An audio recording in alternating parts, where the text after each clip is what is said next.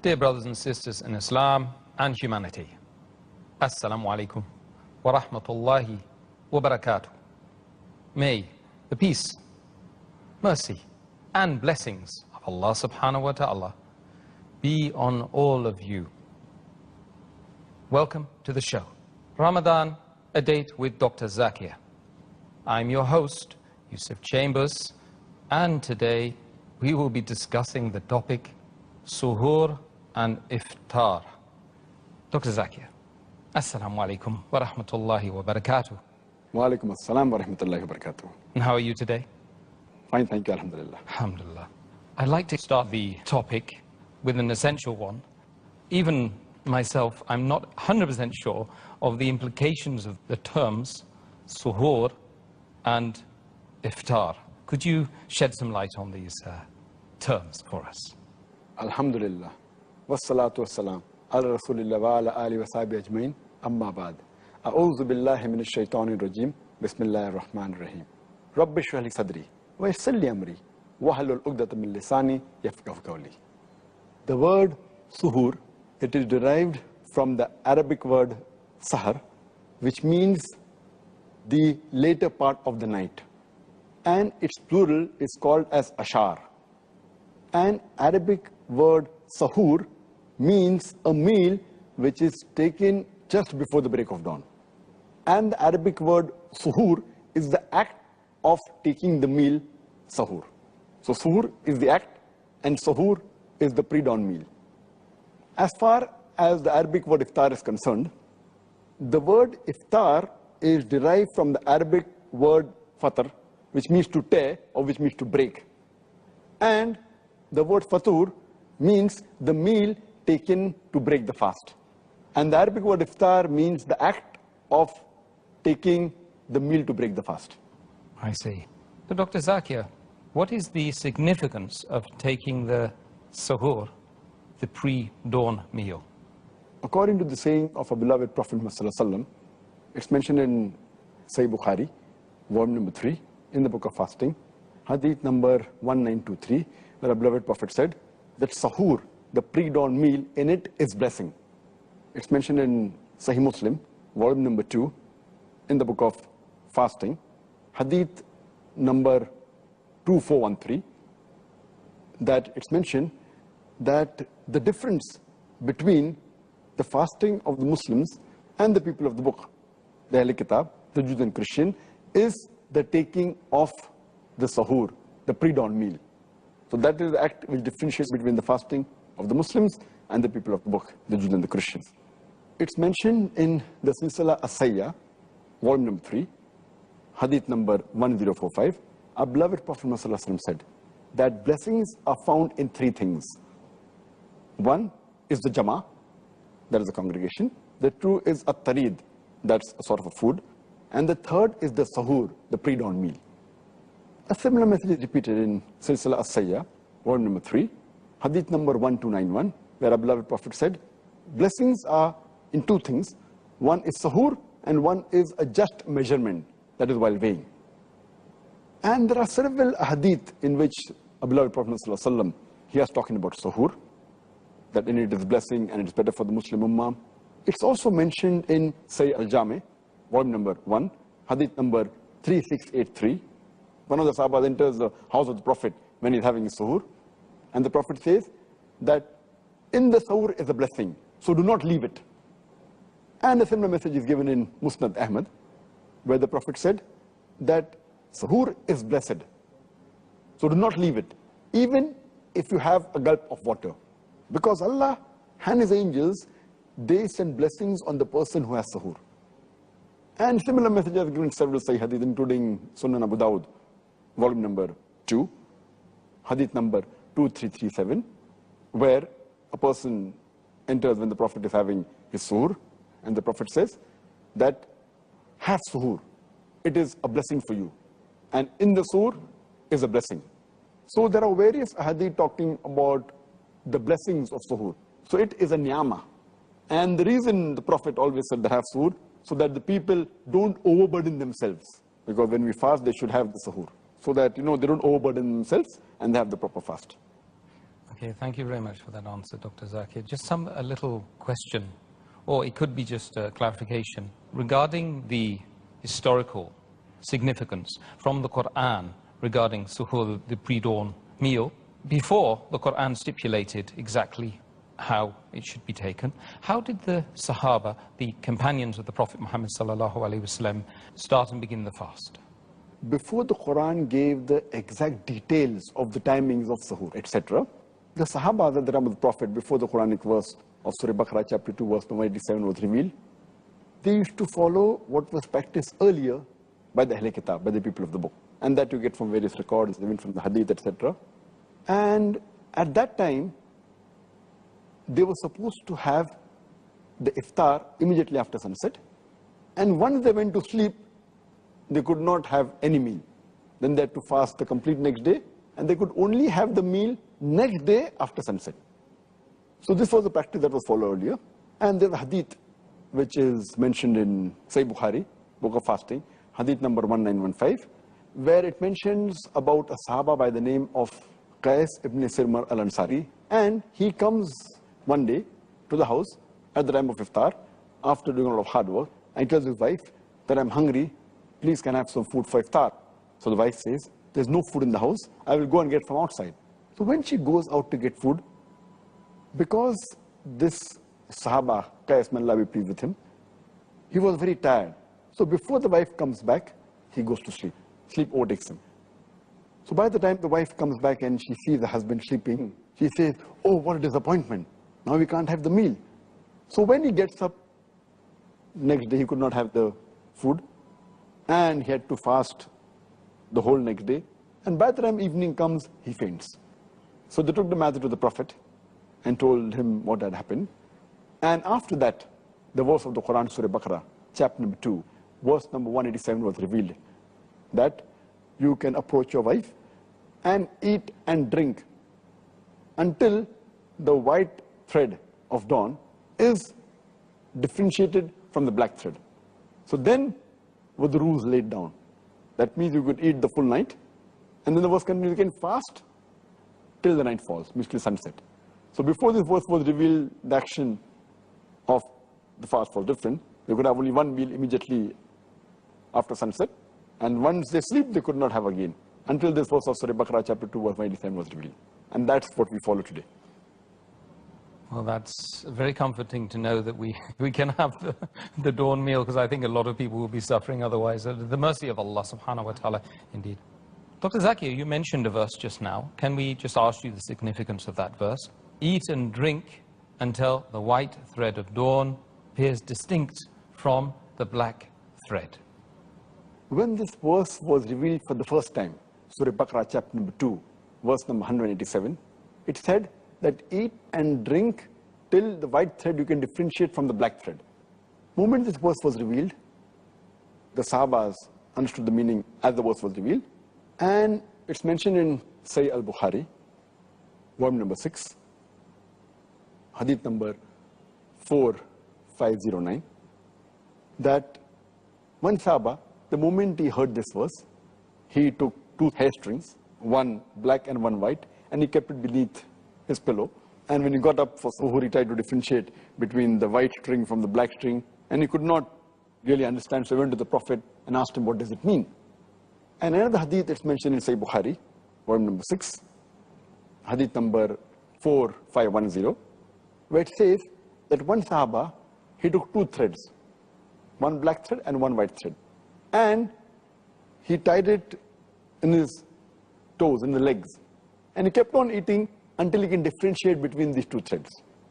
But when they went to the Prophet and asked, what does it mean that until you can differentiate the white thread from the black thread, then the Prophet made them understand that what it actually means is until you can differentiate the white thread of dawn, that means the light of dawn, from the black thread of night. And then the verse was revealed incomplete, and the word of dawn was revealed later on. First the verse was until you can differentiate the white thread from the black thread. Then Allah reveals in between white thread of dawn. So the complete verse then is revealed. So then it was made clear. And our beloved Prophet Muhammad, he explained the meaning of two fajr. And he said that the first fajr is known as the false fajr, where you see a vertical white streak of light, which is somewhat similar to the tail of a fox, but that is known as the false fajr. And the second fajr, which is the true fajr, is when the redness of light, it spreads horizontally in the sky, which you can see it in the mountains and which reaches the houses and the streets. So that is the true fajr. That is the break of dawn, when a person should stop eating at that time. And this is clarified further in the hadith of the Prophet ﷺ. It's mentioned in a Sahih hadith of Al-Bayhaqi, hadith number 8003, where the Prophet said, the first fajr does not prohibit you from eating the food, and it does not make the fajr prayer lawful. And the second fajr, that is the true fajr, it makes the eating of food prohibited, and it makes the fajr salah lawful. So we made the differentiation between the two types of fajr. And further it's mentioned in the hadith of Sunan Abu Dawud, volume number 2, in the book of fasting, hadith number 2348, where the Prophet said, let the people continue eating and drinking and should not stop when they see the white vertical light. And they should keep on eating until they see the horizontal redness of fajr. That is the true fajr. And it's further mentioned in Sahih Muslim, volume number 2, in the book of fasting, hadith number 2407 and 2408.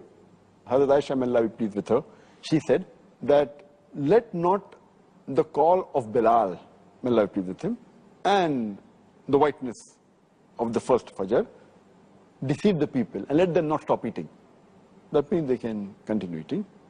And there's another hadith which says that let not the call of Hazrat Bilal deceive you. Continue eating until you hear the call of Maktoum. So this actually is the complete meaning of the Quranic verse, that you can eat until the white thread of dawn becomes distinct from the black thread of night.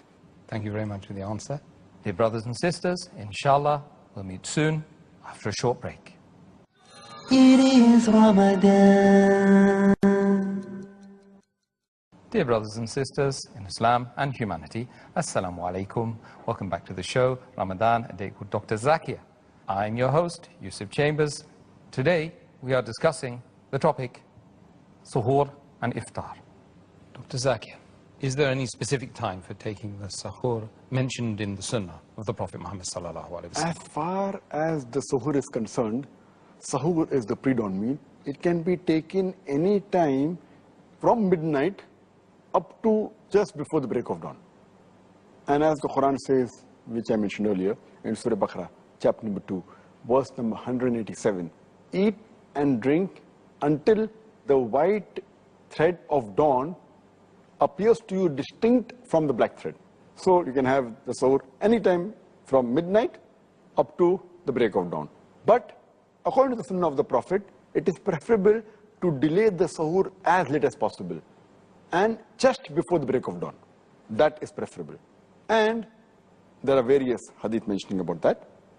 There's a hadith which is mentioned in Musannaf Ibn Shaybah, hadith number 9057, where a man tells Ibn Abbas, may Allah be pleased with him, that he had the Suhoor till he doubted it was the break of dawn. The moment he had a doubt it was break of dawn, he stopped. So Ibn Abbas, may Allah be pleased with him, he said that keep on having the meal until a doubt is clarified that the dawn has broken. Prophet Muhammad, peace be upon him, said, it's mentioned in Sahih Bukhari, volume number 3, in the book of fasting, hadith number 1921, Zayd bin Thabit, may Allah be pleased with him, he said that after he had Suhoor with the Prophet, he went for Salah, and then he asked the Prophet, what is the time difference between the Suhoor and the Adhan? So the Prophet replied, it is equal to the time required to recite 50 verses of the Quran. Further it's mentioned in Sahih Bukhari, volume number 3, in the book of fasting, hadith number 1918 and hadith number 1919, where Hazrat Aisha, may Allah be pleased with her, she said that the Prophet said that when you hear the Adhan, when you hear Bilal, may Allah be pleased with him, pronounce the call for prayer, pronounce the Adhan, please don't get deceived by it, and continue eating and drinking until you hear the adhan of Ibn Maktoum. For he does not pronounce the adhan until it is dawn. That means you can eat till dawn.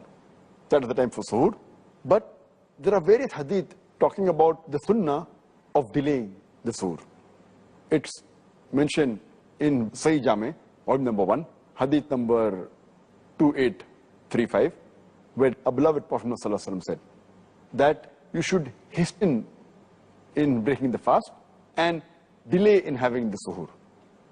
It's further mentioned in a Sahih hadith of Al-Bayhaqi, hadith number 8127, that the Sahabas, they were the first to break their fast and they were the last to do their suhoor. Further it's mentioned in a Sahih hadith of Al-Bayhaqi, hadith number 8125, in which Prophet ﷺ said that we prophets have been commanded that we should be the first to break the fast and the last to take the suhoor and place our right hand over the left when we offer salah. So based on these ahadith, it shows that suhoor can be had from any time between midnight to the break of dawn, but it is preferable delaying your suhoor. Dr. Zakir, is it allowed for one to eat and drink even when the mu'adhin announces the call to prayer for Fajr? Is it allowed to eat and drink? Some people, I'm not sure whether it's correct or not, but some people believe that you can eat and drink all the way up to the Fajr adhan and beyond. I'm aware that there are some Muslims who believe that you can eat and drink until the Fajr adhan ends. And there are some people who, when they can hear various adhan of different mosques from their house, they wait till they hear the end of the last adhan. So if they can hear 5, 6 adhan, they wait till the last adhan ends, till that time they eat and drink. In fact, this is not proved from any of the hadith of the Prophet. And anyone who innovates a new thing in the deen, it has to be rejected. It's mentioned in the hadith of Sahih Bukhari, volume number 3, hadith number 2697, that anyone who innovates a new thing in the deen, it has to be rejected. In fact, it's clearly mentioned in the Quran in Surah Baqarah, chapter number 2, verse number 187, that eat and drink until the white thread of dawn becomes distinct to you from the black thread.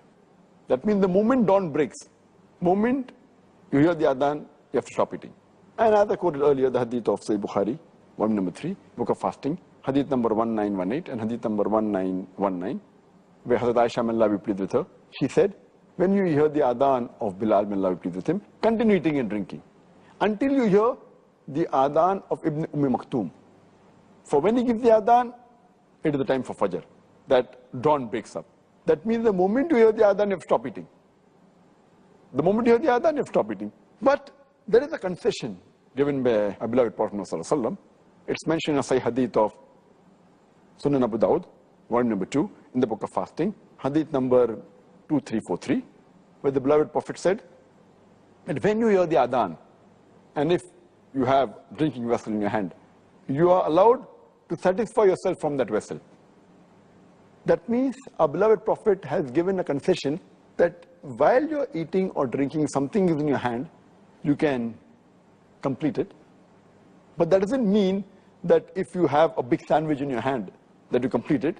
If you have a bite left of that sandwich in your hand, and then you've had it, it's fine. Or when you're drinking a glass of water, and there is something left in it, you can have it. That doesn't mean you can go out of your way and touch your hand and pick up another glass of water and keep on have a big burger or a sandwich and keep on eating for a few minutes after the adhan started.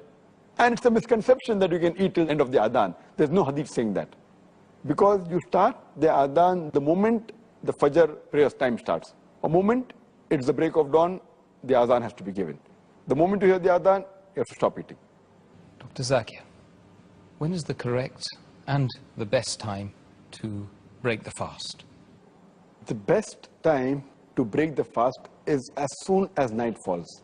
As the Quran says in Surah Baqarah chapter 2 verse 187, eat and drink until the white thread of dawn becomes distinct to you from the black thread, and keep the fast until night falls. The moment you see the sunset, that is the best time that you should break the fast.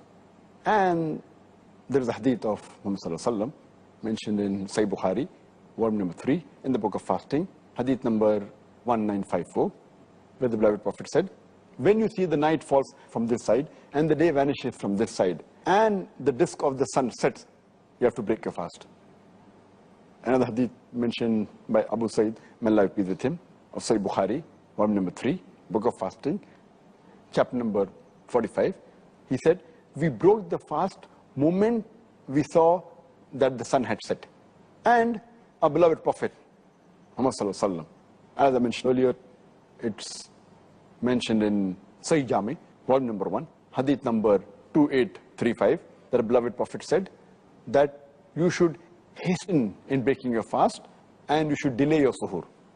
It's mentioned in Sahih Hadith of Al-Bayhaqi, hadith number 8127, that the Sahabas, the companions of the Prophet, they were the first to break the fast and they were the last to have the suhoor.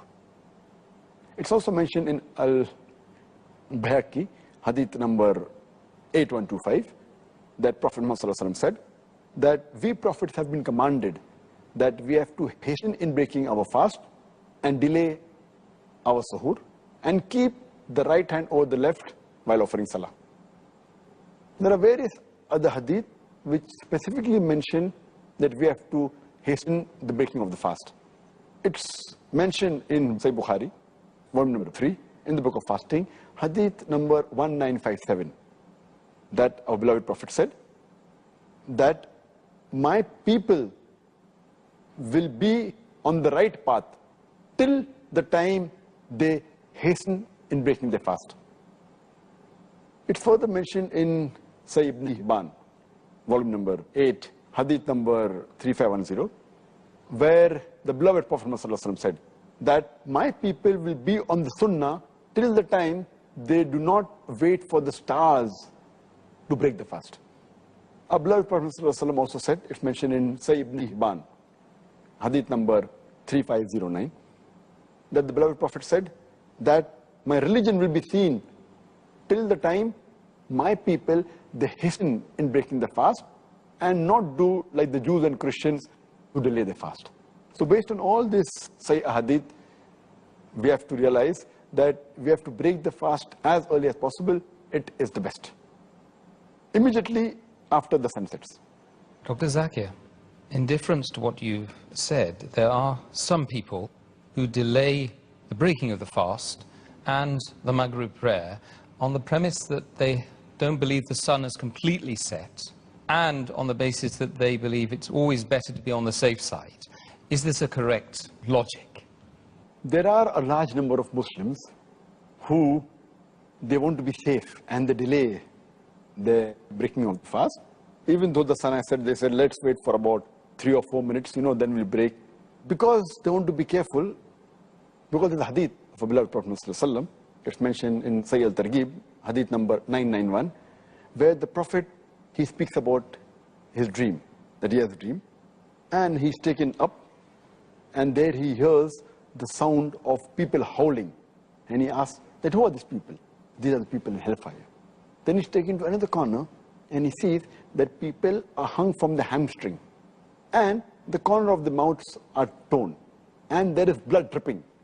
So he asks that who are these people? So the reply is, these are the people who broke their fast early.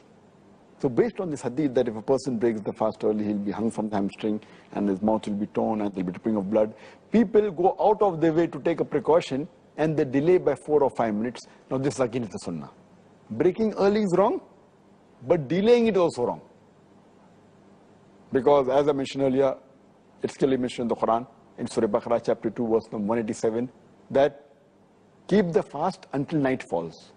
And as I mentioned earlier in the earlier answer, it's mentioned in Sahih Bukhari, volume number 3, in the book of fasting, hadith number 1954. Our beloved Prophet ﷺ said that when night falls from this side and the day vanishes from this side, and when the sun sets, you break your fast. And there are various other hadith which I quoted earlier, including Sahih Bukhari, volume number 3, in the book of fasting, hadith number 1957. Our beloved Prophet said that my people will be on the straight path till the time they hasten to break the fast. It's mentioned in Sahih ibn Hibban, volume number 8, hadith number 3510, that the beloved Prophet ﷺ said that my people will be on the sunnah till the time they don't wait to see the stars to break the fast.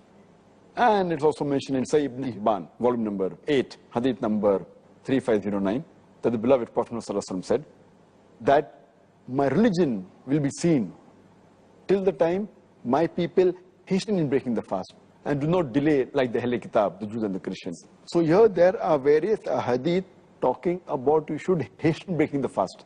But natural, it should be after the sun has set. We cannot break the fast before the sun sets. But the moment it's confirmed that the sun has set with your own eyes, or nowadays there are clocks, there are watches, you can easily time yourself. So there's no need of waiting 4 or 5 minutes and taking a precaution. If you do that, that's what the Prophet said, that my ummah will not be on the sunnah. So to be on the sunnah, on the right track, the moment the sun sets, you should break the fast immediately. I think it's very clear, isn't it? The answer is very clear. Alhamdulillah. Like so many things in the deen, very clear. Dear brothers and sisters, inshallah, we'll meet soon after a short break. It is Ramadan. Dear brothers and sisters in Islam and humanity, Assalamu alaikum. Welcome back to the show, Ramadan, a date with Dr. Zakir. I'm your host, Yusuf Chambers.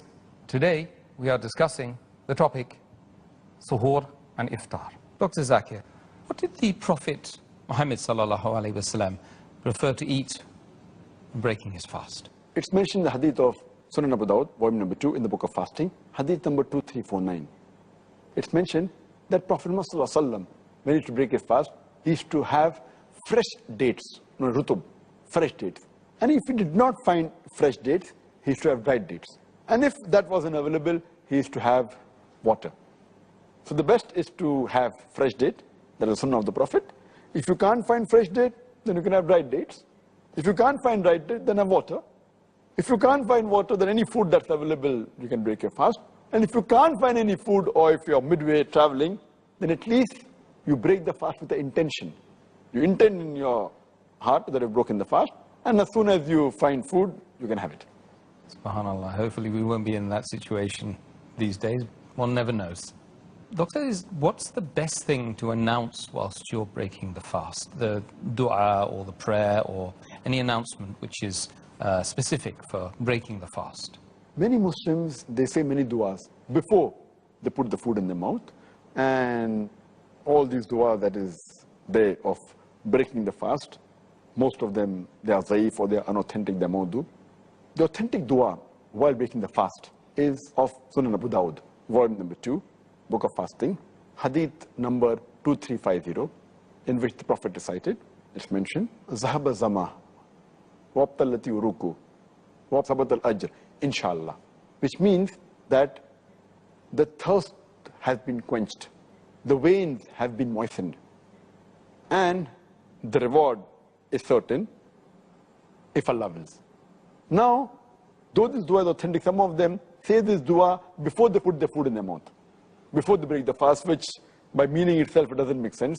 This dua is supposed to be said after you put the food in the mouth. The right thing is, before you put the food in the mouth, you have to say Bismillah. That was the practice of our beloved Prophet ﷺ. And after he ate the dates and water, or he ate food and he had water, then the dua makes sense. Zahaba Zama, Wabtalati Uruku, Wafabat al-Ajr, inshallah, which means my thirst has been quenched. Only when you have water can your thirst be quenched. So how can you say this dua before you break the fast? Only after you break the fast and you had dates and you had the fruits or you had the food and then you had water, and you say that my thirst has been quenched and my veins have moistened and the reward is certain, inshallah.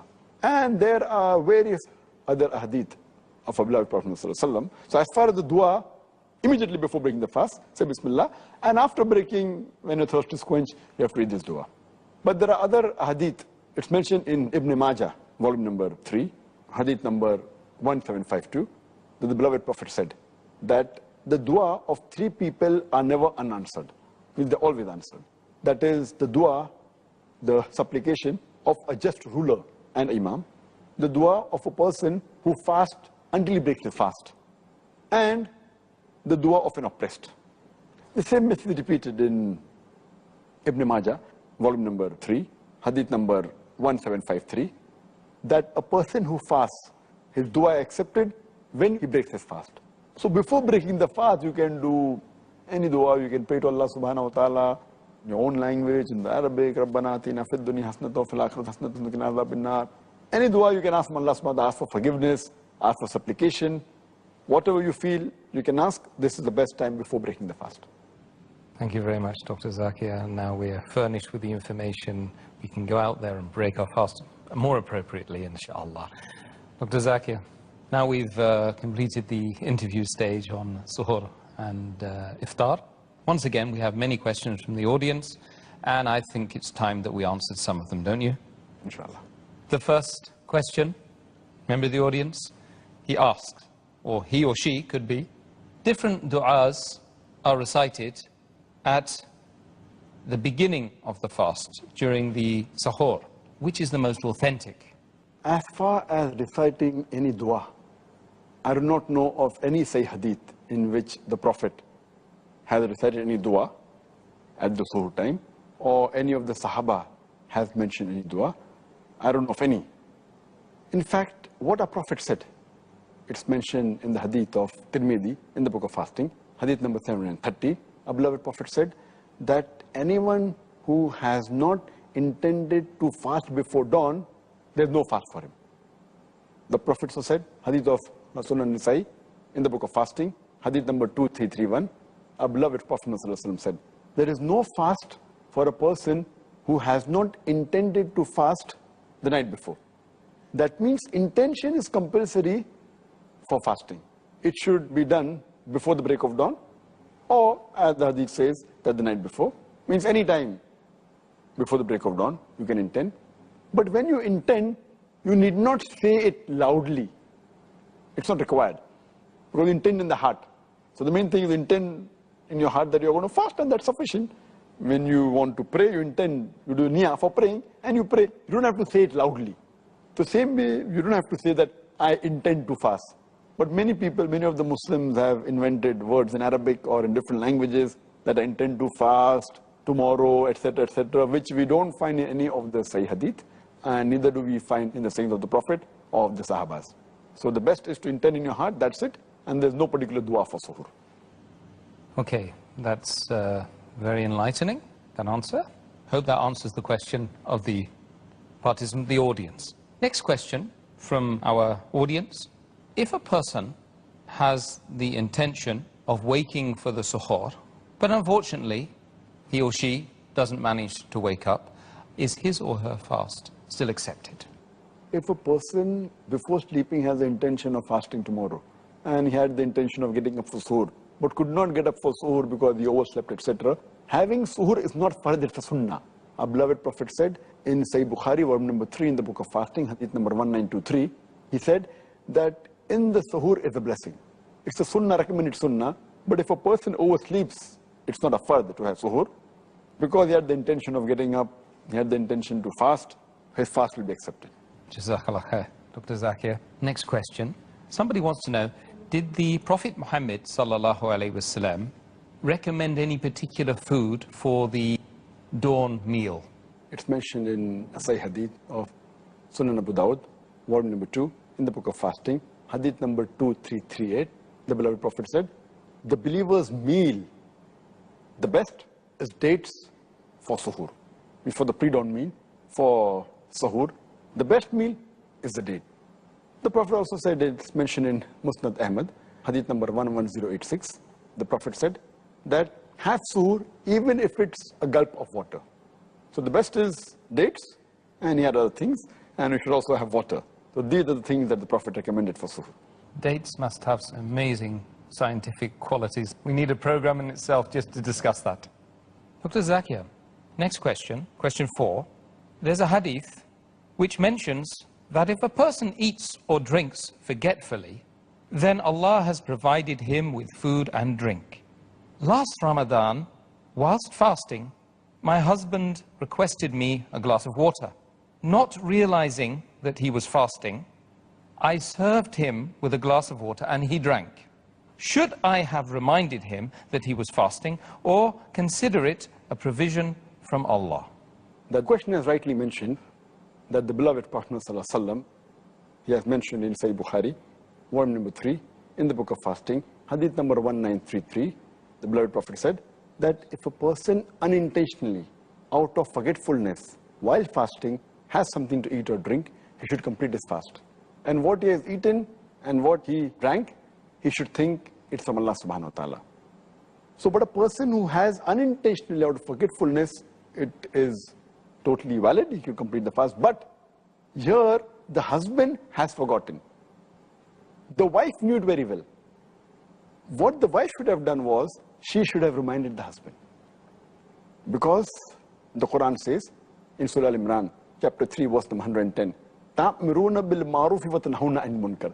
Enjoin what is good and forbid what is wrong and believe in Allah. So here, it was the duty of the wife to remind the husband that he was fasting. And Quran says that ta'awun al-birri wal-taqwa, that they help each other in good deeds, goodness and righteousness. So here it was the duty of the wife, because she knew that the husband was fasting. If she did not know and she gave it, it would have been forgiven. But because knowing very well that the husband was fasting, she purposefully gave it to him. I feel what she had done is wrong. It's a sin. But as far as the husband is concerned, he asked for water not knowing that he was fasting. His fast would be accepted, it would be completed, and that's the provision of Allah. But she should have reminded him. So she's at fault, the husband is not at fault. Jazakallah khair for the answer, Dr. Zakir. Another question, we're racing through them now, we've got so many questions, subhanAllah.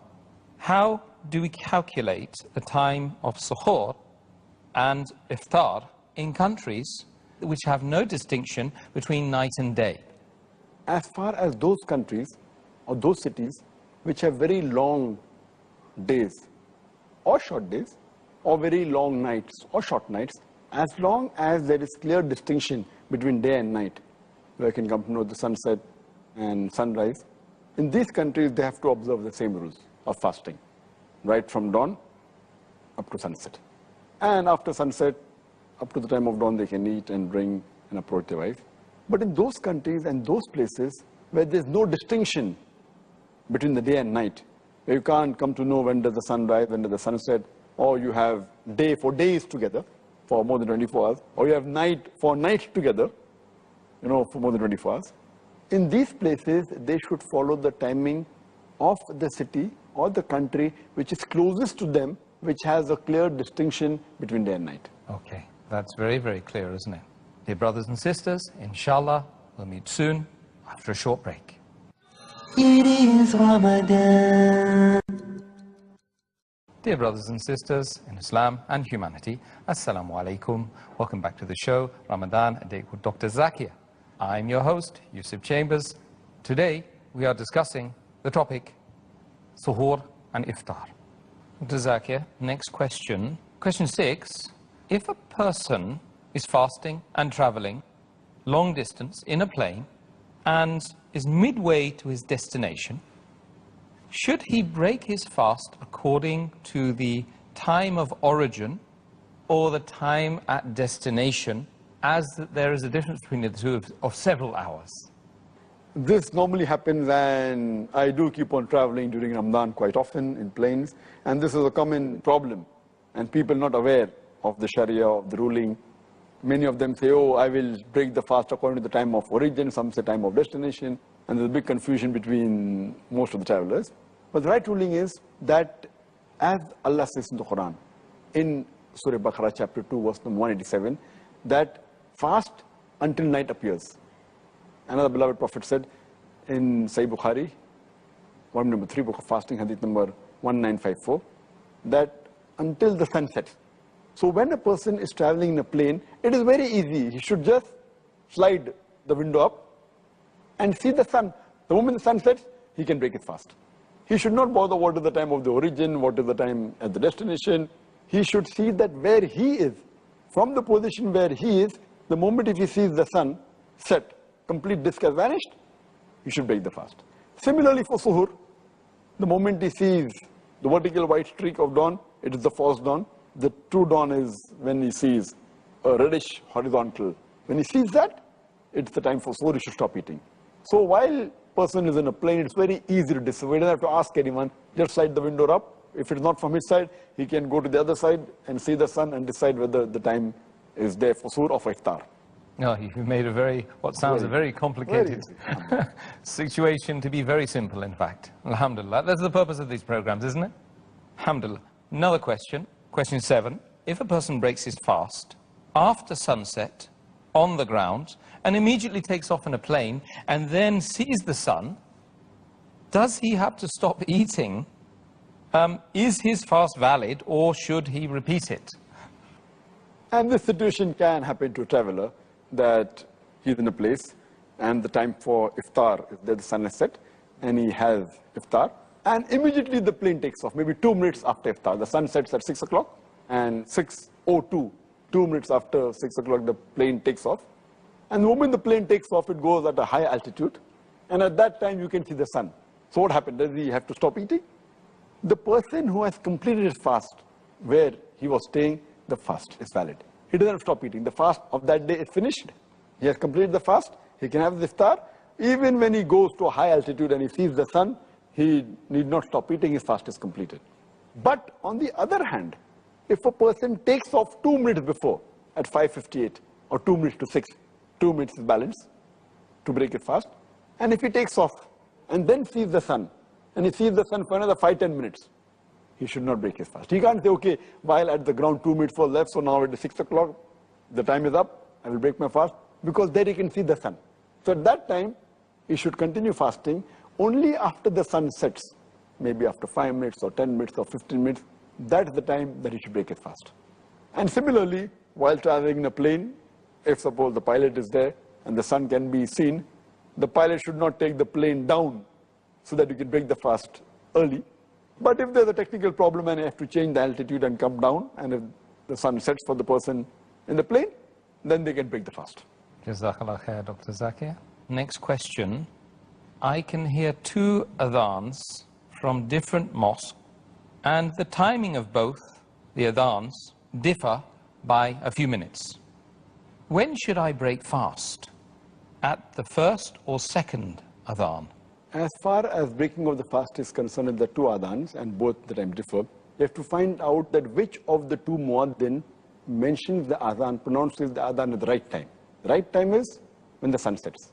As the beloved Prophet ﷺ said, it's mentioned in Sahih Bukhari, volume number 3, in the book of fasting, hadith number 1954, that when the night comes from this side, and the day vanishes from this side, and the sun sets, that's the time to break the fast. So best is you have to first find out which of the 2 muaddin is pronouncing the adhan at the right time. Or if there's a doubt, best is, today's the age of science and technology, we have a chart which exactly tells the time when the sun sets, and you can match it with your own watch, the time, or you can match the adhan, which of the 2 muaddin gives the right adhan, and that's the right time we should break the fast. You should not say that whichever muaddin gives first you have to break. If there's a difference, try and find out which of the 2 muaddin pronounces the adhan at the right time. Or best is, you do it yourself, you verify your watch, it's the right time, see the timetable, and break the fast at the right time. Couldn't happen in the UK because we can't hear people reciting the adhan, unfortunately. I wish we could. Question 9. Once we invited a guest for iftar, he said it is discouraged to talk whilst eating in the religion of Islam. Is he correct? I don't know of any hadith of the Prophet ﷺ where he said that you should not speak while eating, etc. In fact, Allah says in the Quran in Surah Nisa chapter 4 verse 59 that if there's a difference, go back to Allah and His Rasul. There's no text in the Quran which says you should not speak while eating. There's no text in the hadith in which the Prophet commanded you should not speak while eating. In fact, there are hadith exactly the opposite. The Prophet spoke while eating. For example, if you read the hadith of Sahih Muslim, volume number 3, hadith number 5093, where the Prophet was served vinegar, and he said that vinegar is a good food while eating. There are other hadith in which the Prophet said that do not eat with your left hand, for the Satan eats with the left hand. Again, this is while eating. Other hadith of Sahih Bukhari, volume number 7, hadith number 5376, where the beloved Prophet ﷺ said there was a boy who was eating with the Prophet, and he was moving his hand around. So the Prophet said, eat with the right hand and eat from what is close to you. So this he said while eating. So all these hadith prove that there is no restriction for speaking while eating. Whenever there's a difference, go back to Allah and the Rasul and you'll get the answer. That's very clear, thank you. Last question. If a person's earnings are known to be haram, can we accept his iftar invitation? There's no hadith saying that you cannot accept the invitation of iftar of a person who has unlawful earning. In fact, there are hadith showing that Prophet Muhammad, he went to the meal when invited by the Jews, and the Quran said the Jews used to involve themselves in usury, and usury is a bit haram. So based on the fatwas of various scholars, they say that if such person calls you for iftar, it is a blessing for you and a sin for him.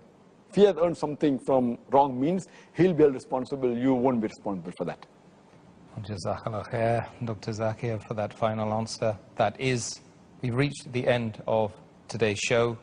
We've been talking, of course, about suhoor and iftar. And, brothers and sisters, now you've got plenty of ammunition to go forth in this Ramadan. Make sure you start your fast and end your fast in the correct way. I ask Allah subhanahu wa ta'ala to bestow peace and blessings upon all of us during this holy month of Ramadan. And I would ask you to join us tomorrow, same time, when we will be discussing the objectives of Assalamu alaikum.